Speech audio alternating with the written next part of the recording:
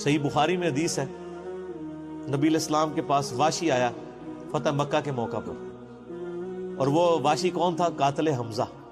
اوئے ہوئے، حمزہ نبی علیہ السلام کے صرف چچا نہیں تھے بلکہ بھائی بھی تھے، دو شریک اور ہم عمر بھی تھے، دوست بھی تھے۔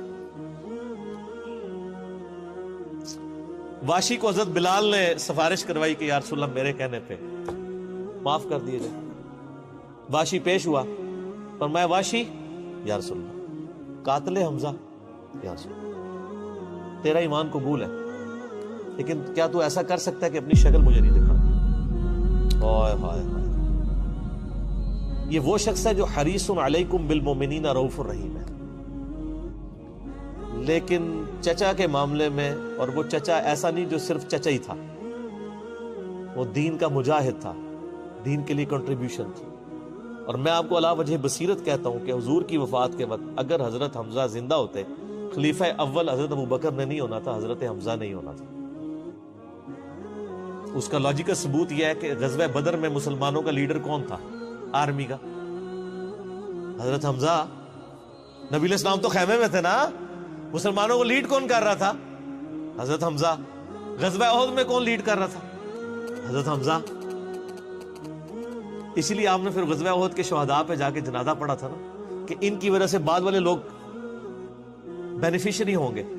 تو یہ لوگ تو بینیفیشری نہیں ہوئے، ان کو تو سب کچھ آخرت میں ملا ہے۔ یہ نہ ہو کہ اب تم آپس میں، بخاری مسلم میں یہ بھی حدیث ہے، میرے بعد کافر نہ ہو جانا کہ ایک دوسرے کی گردنیں کاٹنا شروع ہو جاؤ۔ اور وہی ہوا پھر بعد میں۔ تو نبی علیہ السلام نے قاتل حمزہ کو معاف کیا، اور فرمایا پوری زندگی پھر واشی سامنے نہیں آیا حضور کے، حالانکہ آپ کو تو اللہ نے گارنٹی دی ہے حریص علیکم بالمؤمنین رؤوف الرحیم۔ نبی علیہ السلام مومنین پر رؤوف بھی ہیں، رحیم بھی ہیں۔ اب میں تھوڑی سی انجینئرنگ کرتا ہوں کہ انسان کو اپنے چچا سے زیادہ محبت ہوتی ہے یا اپنی اولاد سے؟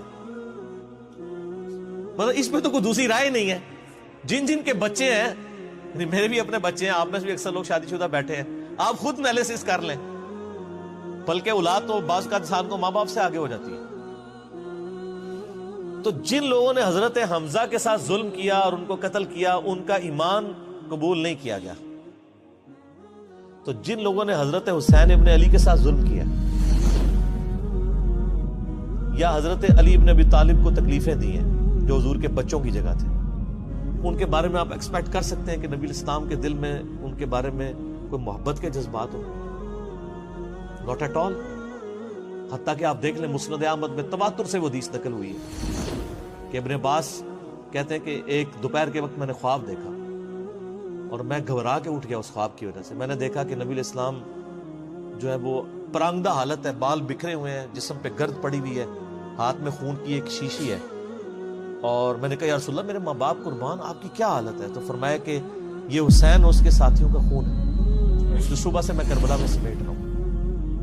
اور یعنی ایک اللہ کی طرف سے دکھایا گیا یہ تشبیہ، یعنی ایک لادہ سے ایک محکمہ خواب کے محکمہ بالکل الگ سے۔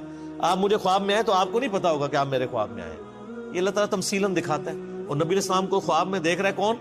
صحابی، تو وہ تو کنفرم ہے، بخاری مسلم میں حدیث ہے، جس نے مجھے خواب میں دیکھا میری شکل میں شیطان نہیں آ سکتا، اور وہ شکل صحابی کو تو پتا تھی، اور صحابی بھی عام نہیں، عبداللہ ابن عباس کہتے ہیں میں گھبرا کے اٹھا، میں نے وقت اور تاریخ نوٹ کر لی اور دن بھی، کئی ہفتوں بعد پتا چلا کہ اسی دن 10 محرم 61 ہجری میں حضرت حسین ابن علی کو شہید کیا۔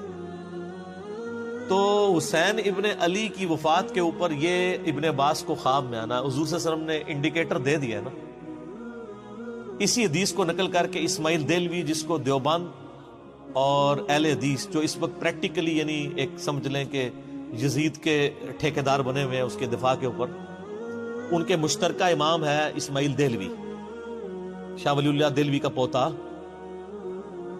اس نے جو کتاب لکھی ہے نا تقویت الایمان، جس میں گستاخیاں بھی ہیں،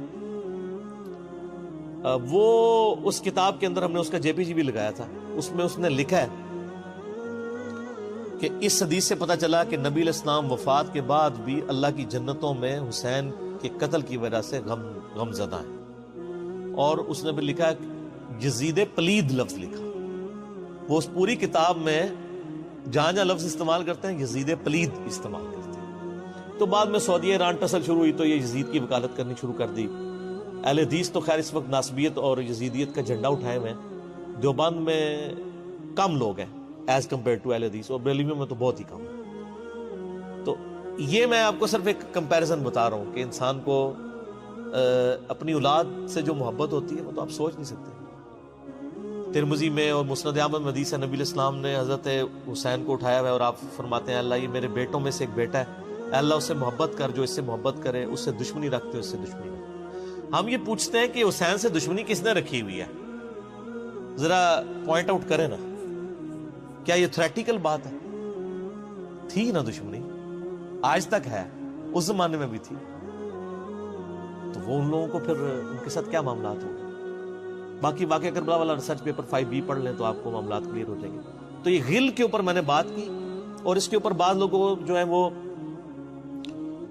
اس حدیث کے اندر تحریف بھی بعض لوگوں نے کی ہے, بعض لوگوں نے جان بوجھ کے کی ہے, بعض لوگوں نے انجانے کے اندر کیا ہے. یہ روایت المستدرک الحاکم میں بھی موجود ہے اور صحیح سند کے ساتھ, اور المصنف ابن ابی شیبہ کے اندر بھی موجود ہے کہ مولا علی علیہ السلام جو ہیں وہ ان کے پاس حضرت طلحہ کا بیٹا آیا, عثمان ابن طلحہ.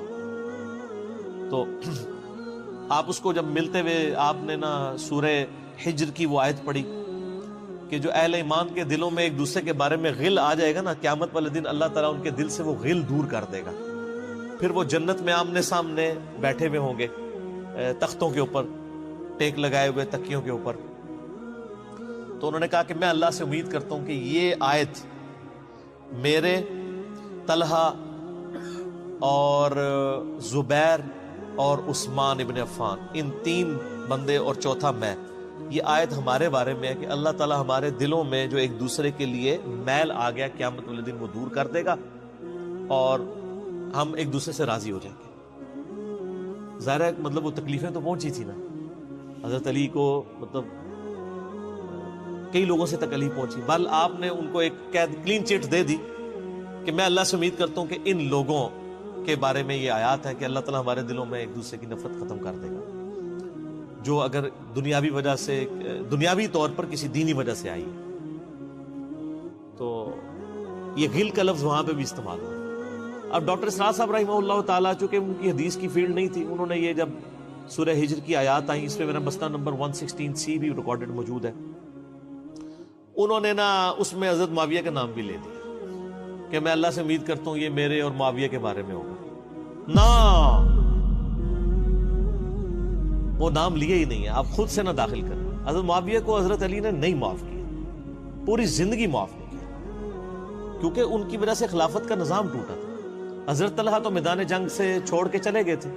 جب عمار ابن یاسر کو دیکھا کہ وہ سامنے ہیں تو انہوں نے کہا عمار کو تو باغی جماعت قتل کرے گی, وہ چھوڑ کے چلے گئے. تو مروان نے ان کے گھٹنے میں تیر مارا, مستدل الحاکم میں آتا ہے, اور وہ شہید ہو گئے. حضرت زبیر وہ صحابی ہیں یعنی جو نبی علیہ السلام کے بہادر ترین اصحاب میں سے. 12 بندے غزوہ احد میں حضور کے ساتھ رہ گئے تھے 700 میں سے غزوہ احد کے اندر, ان میں سے ایک حضرت زبیر بھی تھے. اور یہ تلوار کمال کی چلاتے تھے, اکیلے میدان جنگ میں آگے چلے جاتے تھے. بخاری میں آتا ہے کہ ان کا بیٹا عبداللہ ابن زبیر کہتا ہے کہ میرے باپ کے 2 شانوں کے درمیان اتنا بڑا زخم تھا جو ہیل اپ ہو گیا تھا, لیکن پھر بھی گڑا پڑا ہوا تھا, میں پورا ہاتھ اس میں داخل کر لیتا تھا, اور وہ زخم ان کو احد کے موقع پہ لگا تھا. ٹھیک ہے. اور پھر جنگ, اسی حدیث میں بخاری کے آتا ہے کہ جنگ یرموک کے موقع پر لوگ یعنی لیڈر کے اوپر چل رہے ہوتے ہیں, تو حضرت زبیر بھی ایک اسکواڈ کو لیڈ کر رہے تھے. تو لوگوں نے کہا حضرت آپ آگے جائیں. انہوں نے کہا جب میں آگے جاؤں گا تو میرے ساتھ کوئی نہیں آگے جا سکتا. وہ اکیلے گھوڑے کو انہوں نے جو ہے وہ ایڑی لگائی اور رومن امپائر کی یعنی فوج کے اندر گھس گئے, اور کوئی بھی ان سے لڑنے کے لیے تیار نہیں ہوتا تھا. اتنی بہادری تھی ان کے اندر. لیکن جنگ جمل میں حضرت علی کے مقابلے پہ آ گئے.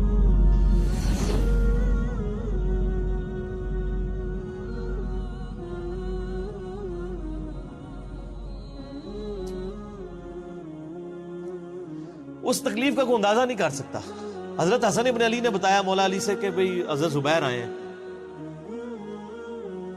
تو حضرت علی نے کہا کہ رکو میں خود چاہتا ہوں. گئے, کہا زبیر یاد ہے وہ دن جب نبی تم مجھ سے بڑا پیار کر رہے تھے، پھوپھی ذات تھے نا، نبی علیہ السلام کی پھوپھی کے بیٹے ہیں حضرت زبیر بن عوام رضی اللہ تعالی. تو حضور نے تم سے ایک بات کہی تھی کہ تم علی سے اتنی محبت کرتے ہو، ایک دن آئے گا کہ تم تلوار لے کے علی کے خلاف کھڑے ہو جاؤ گے. تو تم نے کیا کہا تھا کہ یا رسول اللہ میں علی کے خلاف کھڑا ہوں گا؟ فرمایا ہاں تم اس وقت ظالم ہو گے. تو حضرت زبیر جو ہے وہ ان پہ غشی طاری ہو گئی گھوڑے کو، یعنی وہ حضرت علی کا پھر سامنا بھی نہیں کر سکے، میدان جنگ سے واپس چلے گئے. تو بعد میں حضرت علی کے فوجیوں میں سے ایک بندے نے جا کے پیچھے ان کو دھوکے سے قتل کر کے تھا. تو حضرت علی نے کہا کہ زبیر کے قاتل کو میں دوزخ کی بشارت دیتا ہوں، کیونکہ زبیر جنتی تھا. تو وہ شخص پھر حضرت علی سے ناراض ہو گیا کہ میں نے تجھے حکم دیا تھا، جب میں نے ان کو جانے دیا تو نے یہ کام کیوں کیا؟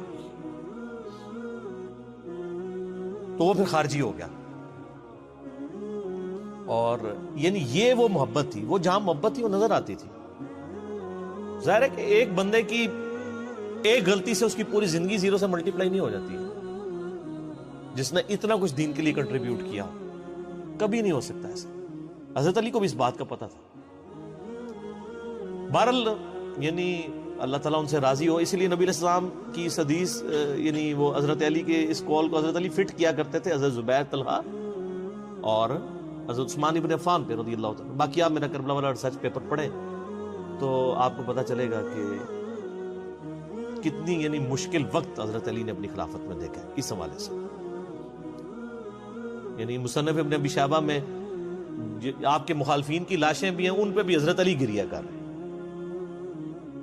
ایک ایک کی لاش اٹھا کے اس کو صاف کر رہے ہیں. حضرت طلحہ کا بیٹا تھا محمد بن طلحہ، اس کی لاش دیکھی تو رو پڑے، حالانکہ وہ مخالفت میں لڑنے آیا ہوا تھا. پھر حضرت حسن سے کہا کاش میں جنگ جمل سے 20 سال پہلے ہی مر گیا ہوتا، میں یہ دن نہ دیکھتا.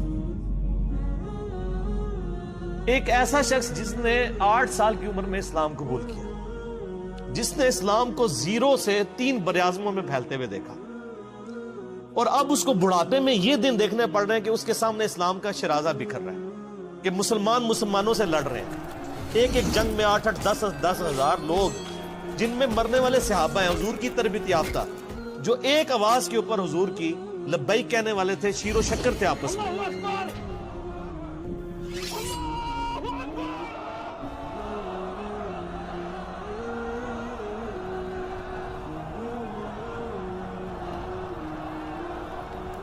آپ اندازہ کر سکتے ہیں. اسی لیے حضرت علی جو ہیں وہ یعنی کوفے میں شہر سے باہر آپ کو پتہ ہے کنویں ہوا کرتے تھے، اکیلے جا کے کنویں پہ بیٹھ کے رویا کرتے تھے کہ اللہ اس امت کے ساتھ کیا ہو گیا. کوشش کرتے رہے، اینڈ رزلٹ یہ ہے کہ وہ خلافت کا نظام. اسی لیے مصنف ابن ابی شیبہ میں آتا ہے کہ آپ نے فجر اور عشاء کی نمازوں میں قنوت نازلہ پڑھی، اللہم علیک بمعاویہ واشیاءہ، اے اللہ معاویہ اس کے شیعہ کو برباد کر، علی اور اس کے عمرو بن عاص اور اس کے شیعہ کو، ابا سلمی اور اس کے شیعہ کو، قیس اور اس کے شیعہ کو برباد کر.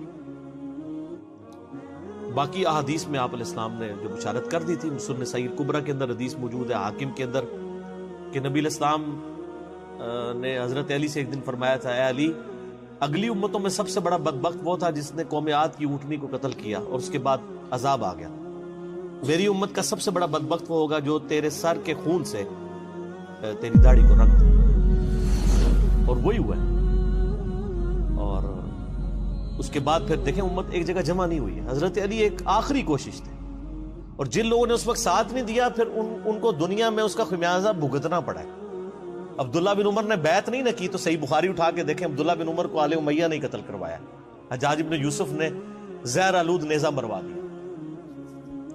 اور حاکم کے اندر مجموع الزوائد کے اندر موجود ہے، حضرت عبداللہ بن عمر آخری عمر میں کہا کرتے تھے کاش میں اس وقت علی کا ساتھ دیتا اور یہ خلافت کا نظام تو بچ جاتا. کیونکہ کئی لوگ بیچ میں نیوٹرل ہو گئے تھے جو پھر ساتھ نہیں دیا، تو اس کی وجہ سے پھر حضرت علی کے چونکہ اب پاس اتنی مین پاور نہیں تھی کہ اس سسٹم کو سنبھال سکتے، بال پھر وہ شہید ہو گئے اور پھر معاملات آگے.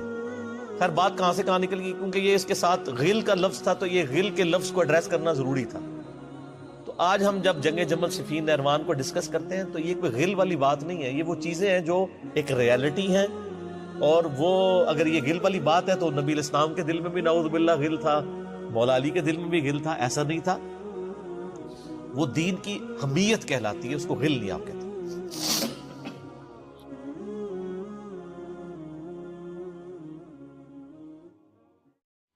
واقعہ کربلا اس سے ریلیٹڈ نہیں ہے کہ جی ان کے اوپر پانی بند ہو گیا، ان کے اوپر ظلم ہوا، کتنے بندے شہید ہوئے، یہ سیکنڈری چیز ہے۔ اصل چیز ہے کربلا ہوئی کیوں نبی علیہ السلام کی محنت کو 50 سال کے اندر اس لیول تک پہنچا دیا گیا کہ ہزاروں صحابہ زندہ ہیں اور نبی صلی اللہ علیہ وآلہ وسلم کی پوری اولاد ذبح کر دی جاتی ہے۔ ہم تو یہ کہہ نہیں رہے کہ کیسے ذبح کیا انہوں نے، آری چلائی تھی یا تلوار چلائی تھی، یہ تو واقعہ کربلا تو سب کو پتہ ہے، ان کی شہادت بھی سب کو پتہ ہے۔ جامعہ ترمذی میں حدیث ہے حسن و حسین جنتی نوجوانوں کے سردار ہیں، اور ان کی والدہ جو ہے وہ جنتی عورتوں کی سردار ہیں، اور المستدرک الحاکم میں حدیث ہے حسن و حسین جنتی نوجوانوں کے سردار ہیں اور ان کے والد ان سے بھی بہتر ہیں۔ تو یہ تو ڈیفینٹ حدیثیں ہیں، یہ تاریخ تو نہیں ہے، نبی علیہ السلام کے فرامین ہیں۔ تو ان کی موجودگی میں ان کے ساتھ یہ کچھ کیا جائے تو ہم نٹی گریٹیز میں نہیں پڑھتے، ہم اس تھیم کے اوپر کہ یہ کون سی چیز تھی جس نے خلافت راشدہ کو ملوکیت میں بدل دیا، ہم اس تھیم کے اوپر بات کرتے ہیں۔ ہم کہتے ہیں چھوڑ دیں، بندے ہندے چھوڑیں، الٹیمیٹلی کیا نکلا ہے، کس کی وجہ سے ہوا ہے، وہ تو احادیث کی کتابوں میں موجود ہے۔ ہم کب کہہ رہے ہیں خفیہ کیمرے لگا گئے جی کس نے گولی پہلا تیر کس نے چلایا، یہ وہ ہم تو بتا رہے کس کے دور حکومت میں ہوا اور ان کا اپنا کردار کیا تھا، اس کو کس طریقے سے لا کے تخت پہ بٹھایا گیا، وہ ساری کی ساری چیزیں تو سامنے ہیں۔ وہ تاریخ کی کتابیں نہیں ہیں، حدیث کی کتابیں ہیں۔ اگر آپ کہتے ہیں کہ بخاری مسلم سے ہم نے صرف رفع الیدین کی حدیثیں لینی ہیں یا ایمانیات کی حدیثیں لینی ہیں اور باقی جو بخاری اور مسلم میں آل امیہ کی بدماشیوں کو ننگا کیا گیا ہے وہ ہم نے نہیں لینی ہے، تو سر پھر آپ اپنے آپ کو کلیئر کٹ، پھر ہم آپ سے واقعہ کربلا نہیں ڈسکس کریں گے، حجیت حدیث میں بات کریں گے۔ آپ کو اپنے آپ کو منکرین حدیث کہنا پڑے گا، یہ آپ اسکروٹنگ کیسے کریں گے؟ اس سے بڑی بات مجھے یہ بتائیں کہ عظمت صحابہ بڑی چیز ہے یا عظمت محمد رسول اللہ صلی اللہ علیہ وآلہ وسلم؟ تو بریلوی یہی تو رونا رو رہے ہیں، وہ کہہ رہے ہیں کہ قرآن میں تھوڑی آیات ہیں، آپ پھر مڑ مڑ کے پڑھتے ہیں قل انما انا بشر مثلکم، اس میں تو نبی علیہ السلام کی تنقیص ہو رہی ہے۔ تو ہم ان کو کیا کہتے ہیں کہ تنقیص مقصد نہیں، نعوذ باللہ نہ ہو رہی ہے، آپ افضل البشر ہیں لیکن آپ کی سپیشیز بشر ہے، یہ ہم اپنا عقیدہ سمجھتے ہیں، وہ اس کو تنقیص شمار کرتے ہیں۔ تو پھر اس وقت آپ بھی بریلویوں کی بات مان کے تو یہ آیات پڑھنا چھوڑ دیا کریں۔ آپ کہتے ہیں نہیں آیات ہے کیوں نہ بیان کریں، تو ہم بھی کہتے ہیں احادیث ہے کیوں نہ بیان کریں کہ صحیح بخاری میں حدیث ہے 2812 عمار کو ایک باغی جماعت قتل کرے گی، وہ جماعت دوزخ کی طرف بلا رہی ہوگی اور عمار ان کو اللہ اور جنت کی طرف بلا رہا ہوگا۔ اب اس کے نرغے میں جو جو آتا ہے وہ آئے، میں اپنے نبی سے ٹکر لے لوں آپ لوگوں کے منہ کا خیال رکھتے ہوئے کہ میں نبی علیہ السلام کو کہوں کہ آپ نے کیوں ایسی بات کر دی کہ مولا علی کے مخالفین کو آپ نے دوزخ کی طرف بلانے والی جماعت کہہ دیا، تو لیں آپ ٹکر، جائیں سیدھا دوزخ میں، اور تھوڑی جرت کریں آپ یہ کہا کریں کہ اے اللہ، اپنے لیے کہا کریں کہ اللہ تعالیٰ آپ کا حشر یزید اور یزید کے آباء و اجداد کے ساتھ کرے اور اس کی اولاد کے ساتھ۔ ہم کہتے ہیں کہ اللہ تعالیٰ ہمارا حشر جو ہے وہ مولا حسن حسین، مولا علی علیہ السلام اجمعین اور اہل بیت کے ساتھ کرے، آمین۔ اور آپ میں تو اتنی جرت نہیں آپ یہ بات بھی کر سکیں کیونکہ ان کو پتہ ہے۔ تو نبی علیہ السلام کی احادیث کو بیان کرنے کو یہ سمجھتے ہیں کہ جی اس سے مصیبت کھڑی ہو جائے گی، تو اپنے آپ کو منکرین حدیث ڈکلیئر کریں، پھر حجیت حدیث کا مقدمہ ڈسکس ہوگا، پھر کربلا نہیں ڈسکس ہوگی۔ اور یہ ٹی وی پہ بھی آ کے مولوی بیٹھے ہوتے ہیں، سنیوں کے بھی شیعوں کے بھی، مڑ مڑ کے جی وہ یزید نے یہ کر دیا، وہ یزید نے کیا کیا ہے یار؟ وہ تو سسٹم کا نمائندہ بن کے آیا جو پیچھے سے خراب تھا۔ یزید کو لے کے بیٹھے ہیں، یزید یزید یزید یزید، بھائی پیچھے سے معاملہ خراب ہوا۔ اگر نہیں یقین آتا تو یہ بخاری مسلم کی میں نے آلموسٹ 200 سے زیادہ حدیث مین اسٹریم کی کتابوں سے اکثر بخاری مسلم جمع کیے، پڑھے، اور سر میں نے تو ان کو چیلنج دیا یہ حدیثیں پڑھ کے نا اپنے ممبروں سے صرف ان حدیثوں کی تشریح اپنی پبلک کے سامنے کر دیں، نہیں کر سکتے۔ تو وہ لعنت کے مستحق تو ہو رہے ہیں حق چھپا کے، اور قیامت دن کے منہ پہ لگام ڈالیے، اور پھر مڑ مڑ کے کہتے ہیں نہیں جی وہ کچھ چیزیں خاص ہوتی ہیں وہ عوام الناس کے سامنے نہیں کرنی چاہیے، وہ صحابہ کرام بھی بعض کا ایسی باتیں پبلکلی نہیں کرتے تھے۔ میں نے اس کے اوپر بڑا ایک میرا کلپ ہے یوٹیوب پہ، مولا علی سے متعلق 5 جھوٹ، تو میں نے کافی ساری چیزیں اس میں ڈسکس کی ہیں۔ لیکن میں یہ کہتا ہوں کہ اللہ کے بندو، جو چیزیں نبی علیہ السلام نے منع کی ہیں بیان کرنے سے، وہ تو ہم ڈسکس کر بھی نہیں رہے۔ میں نے آج تک آپ کو منافقین کے نام بتائے؟ آپ نے حذیفہ ابن یمان کو بتائے تھے نا آپ صلی اللہ علیہ وسلم نے، صحیح بخاری میں آتا ہے، تو میں نے آپ کو بتائے، آپ رازدار رسول تھے، وہ ختم ہوگی بات۔ میں نے کبھی ڈسکس کی ہے؟ اگرچہ میں نے صحیح مسلم کی حدیث 7035 نمبر ڈسکس کی ہے کہ نبی علیہ السلام نے فرمایا میرے صحابہ میں 12 منافق ہیں، وہ کبھی بھی جنت میں داخل نہیں ہوں گے یہاں تک کہ سوئی کی ناکے سے اونٹ نہ گزر جائے، اور ان میں سے 8 ایسے ہیں جس کی کمر پہ دوبیلا پھوڑا نکلے گا۔ میں نے آج تک آپ کو بتایا کہ کس کس کی کمر پہ دوبیلا پھوڑا نکلا اور اس کی موت اسی پھوڑے میں ہوئی ہے؟ بتایا؟ تو میں تو وہ چیزیں ڈسکس بھی نہیں کر رہا، میں وہ چیزیں ڈسکس کر رہا ہوں جو نبی علیہ السلام نے علامات النبوہ میں بتائی ہیں۔ یہ امام بخاری حدیث نبوت کی دلیل کے چیپٹر میں لے کے آئے ہیں، اور امام بہقی نے 3500 احادیث پر مشتمل ایک کتاب لکھی ہے دلائل النبوہ، کہ ہم نبی صلی اللہ علیہ وسلم کو نبی کیوں مانتے ہیں، اس کے اوپر، اور اس میں یہ ساری حدیثیں عمار بن یاسر کے قتل والی لے کے آئے ہیں، بتانے کے لیے کہ دیکھیں ہمارے نبی علیہ السلام کی نبوت کی دلیل ہے کہ آپ نے اپنی وفات کے آلموسٹ 30 سال کے بعد ہونے والے واقعے کو پہلے ہی بتا دیا۔ یہ حدیثیں چھپانے والی نہیں، بیان کرنے والی ہیں، علامات النبوہ کی حدیثیں۔ آپ کہتے ہیں چھپائیں، اگر کوئی حدیث دنیا میں نہیں چھپائی جا سکتی نا تو وہ علامات النبوہ والی حدیث ہے، کیونکہ وہ تو نبی صلی اللہ علیہ وسلم کی نبوت کو جسٹیفائی کرتی ہے۔ ورنہ میرا ایک معصومانہ سوال ہے کہ نبی صلی اللہ علیہ وسلم نے یہ باتیں کر کے ان کے زوم میں نعوذ باللہ امت کو مصیبت میں ڈال دیا۔ آپ نے خود ہی فرمایا کہ یہ ہوگا، کیوں فرمایا آپ نے؟ میں تو بیان کر کے مجرم ہوں، تو جس نے مجھے خبر دی ہے ان کے بارے میں آپ کا کیا خیال ہے؟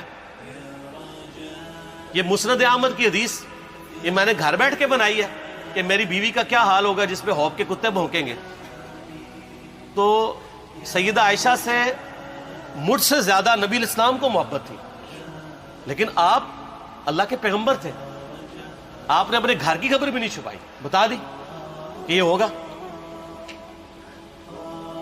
اور اس سے بڑھ کے آپ صحیح بخاری میں دیکھیں، عمار بن یاسر کا خطبہ ہے، میں نے یہ سارا، پریشان نہیں ہونا، یہ ریسرچ پیپر میں سارا کچھ موجود ہے، اور کوئی چیز بھی ایسی نہیں جو اس میں سکپ ہو۔ صحیح بخاری میں خطبہ ہے کہ عمار بن یاسر کو مولا علی نے بھیجا کوفے میں، کوفے والے نیوٹرل ہو گئے تھے کیونکہ بصرہ سے سیدہ عائشہ آ رہی تھیں، اور وہاں پہ انہوں نے کہا نہ ہم سیدہ عائشہ کا ساتھ دیں گے نہ مولا علی کا دیں گے، تو عمار بن یاسر کو تیار کرنے کے لیے، یعنی وہاں کے جو عوام تھی اس قتال کے لیے، مولا علی نے بھیجا۔ تو سیدنا عمار بن یاسر نے وہاں پہ کوفے کے ممبر پہ خطبہ دیا، بخاری کے الفاظ ہیں، اوپر والی سیڑھی پہ عمار بن یاسر نے حسن ابن علی کو بٹھایا، حالانکہ حسن ابن علی سے 4 گنا بڑی عمر تھی عمار بن یاسر کی، 90 پلس ہو چکے ہوئے تھے، 3-4 گنا ان کی عمر تھی، لیکن اہل بیت کا احترام کیا، خود نچلی سیڑھی پہ بیٹھے۔ بخاری کے الفاظ ہیں کہ اے لوگو، اللہ نے تمہیں آزمایا ہے، ایک طرف دنیا اور آخرت میں تمہارے نبی کی بیوی ہے سیدہ عائشہ، دنیا اور آخرت میں، یعنی عزت اپنی جگہ قائم۔ یہاں لوگ سمجھتے ہیں کسی کی غلطی آ گئی تو پتہ نہیں کیا ہو گیا، وہ یار اس کا مرتبہ اپنی جگہ ہے، غلطی اپنی جگہ ہے، پیغمبر نہیں ہے وہ۔ اور دوسری طرف علی ابن ابی طالب ہے، اللہ اب دیکھے گا تم عائشہ کی اطاعت کرتے ہو یا اللہ کی، علی کی نہیں، اللہ کی۔ کیوں؟ یا ایھا الذین آمنوا اطیعوا اللہ واطیعوا الرسول واولی الامر منکم، ان کا اولو الامر مولا علی ہیں، ان کی اطاعت واجب ہے۔ یہ اللہ نے آزمایا ہے کہ اللہ کی اطاعت کرتے ہو یا عائشہ کی۔ اور آپ حیران ہوں گے، یہ حدیث امام بخاری حضرت عائشہ کی فضیلت والے چیپٹر میں لے کے آئے ہیں۔ اگر امام بخاری مشورہ کر لیتے نا ناسبیوں سے تو انہوں نے کہا تھا سر آخری صحیح رکھو، پچھلا رہن دو۔ بلکہ پچھلے والا رکھو، آخری والا رہن دو کہ عائشہ دنیا اور آخرت میں. وہ حدیث گھڑنے کا میں آپ کو طریقہ بتاتا ہوں، کاٹ چھانٹ کرنے کا. وہ آدھی حدیثیں لکھتے ہیں نا، آدھی حدیثیں ایسے لکھتے ہیں امام بخاری کہ سیدہ عمار ابن یاسر نے خطبے کے دوران فرمایا کہ سیدہ عائشہ دنیا اور آخرت میں تمہارے نبی کی بیوی ہے، بس. لیکن امام بخاری نے پوری حدیث لی ہے، آگے وہ بھی ڈالا ہے کہ اللہ آزما رہا ہے کہ عائشہ کی اطاعت کرتے ہو یا اللہ کی، جیسے آپ کے علماء کر رہے ہیں. صحیح مسلم کی حدیث 6488 آدھی بیان کرتے ہیں سارے مولوی، بریلوی، دیوبندی، اہل حدیث سب. میرے صحابہ کو برا مت کہو، اگر تم میں سے کسی نے احد پہاڑ کے برابر بھی سونا خیرات کر دیا اور میرے صحابہ نے 1 مد یعنی 600 گرام خیرات کی، آدھا کلو، اس کے آدھے کو بھی نہیں پہنچ سکتا بس. حالانکہ یہ مسلم کی حدیث سٹارٹ اس سے ہوتی ہے کہ عبد الرحمن بن عوف کو خالد بن ولید نے گالیاں دی جھگڑے کے دوران. حالانکہ دونوں مسلمان تھے، دونوں صحابی تھے. آپ نے حضرت خالد بن ولید کو بلا کے ڈانٹا، فرمایا تم میرے صحابہ کو برا مت کہو. تو خالد بن ولید نے تو آگے سے نہیں کہا حضور میں بھی صحابی ہوں. ان کو پتا تھا کہ عبد الرحمن بن عوف نے اس وقت اسلام قبول کیا جب اسلام کا مطلب تھا مار، تکلیف اٹھانا، اور خالد بن ولید نے گولڈن پیریڈ میں صلح حدیبیہ کے بعد اسلام قبول کیا.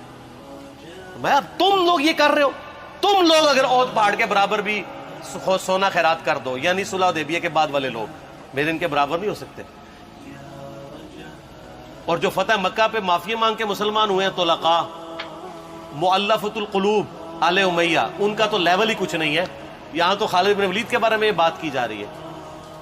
اور پھر وہ مؤلفۃ القلوب اپنے زمانے میں ممبروں پہ سب و شتم کروائیں سیدنا علی پر، تو سب سے پہلے تو ان کو کہنا چاہیے جن کے بارے میں حدیث تھی کہ تم صحابہ کو گالی مت دینا. ہم نے تو خیر کبھی دی بھی نہیں ہے. اور میں یہ آخری جملہ ان کو ایسا بولتا ہوں کہ جو ان کے دماغ تک ڈرل کر جائے گا کہ آل امیہ نے جو کچھ اپنے دور کے اندر سیدنا علی کی گستاخیاں کی ہیں نا، ہم نے تو ویسی کوئی ایک گستاخی بھی آل امیہ کے بارے میں نہیں کی ہے. میں نے آج تک آل امیہ کے اوپر بائی نیم کسی کے اوپر لعنت کی ہے؟ حالانکہ یہ مولا علی پہ کرتے رہے. یہ ہے لعنتی خود ہو گئے نا، جب مولا علی پہ لعنت کی تو لوٹ آئی. مسند ابی اعلیٰ میں صحیح سند کے ساتھ حدیث موجود ہے، مسند احمد میں بھی موجود ہے کہ سیدنا علی کو جس نے گالی دی اس نے رسول اللہ کو گالی دی صلی اللہ علیہ وسلم.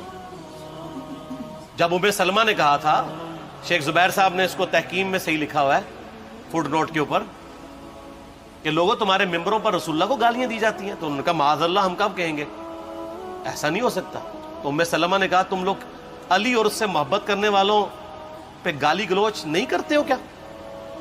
جبکہ میں نبی کی بیوی کہتی ہوں کہ سب سے زیادہ رسول اللہ سے محبت، سیدنا علی سے محبت نبی صلی اللہ علیہ وآلہ وسلم کرتے تھے. لہٰذا جب یہ تم کہتے ہو نا علی پر لعنت، علی سے محبت کرنے والوں پہ لعنت، تو یہ لعنت تو تم نبی علیہ السلام تک لے کے جا رہے ہو نعوذ باللہ، کیونکہ علی سے محبت کرنے والا پہلے نمبر پہ نبی صلی اللہ علیہ وآلہ وسلم ہے. اور پھر کہتے ہیں سب کا مطلب وہ تنقید ہے. اور نہ، پرانیاں گلاں، پرانے بابے، پرانے بزرگ، جھوٹے ہو. صحیح مسلم کھولو 6229 غدیر خم سے اگلی حدیث، لعن اللہ ابا التراب کے الفاظ ہے، مٹی والے ابن ابی طالب پر لعنت، یہ الفاظ موجود ہے. سب کا ترجمہ لعنت ہی ہے، تنقید نہیں ہے. اچھا پھر میرا معصومانہ سوال ہے کہ اس کا مطلب ہے صحابہ پہ تنقید کرنا اچھا کام ہے؟ کہیں گے نہیں. تو بتاؤ یہ برا کام کون کرتا تھا؟ شیعہ کا ابا کون ہے؟ رافضیوں کا ابا کون ہے؟ آل امیہ. تو لہذا شیعہ نو میں کہنا کہ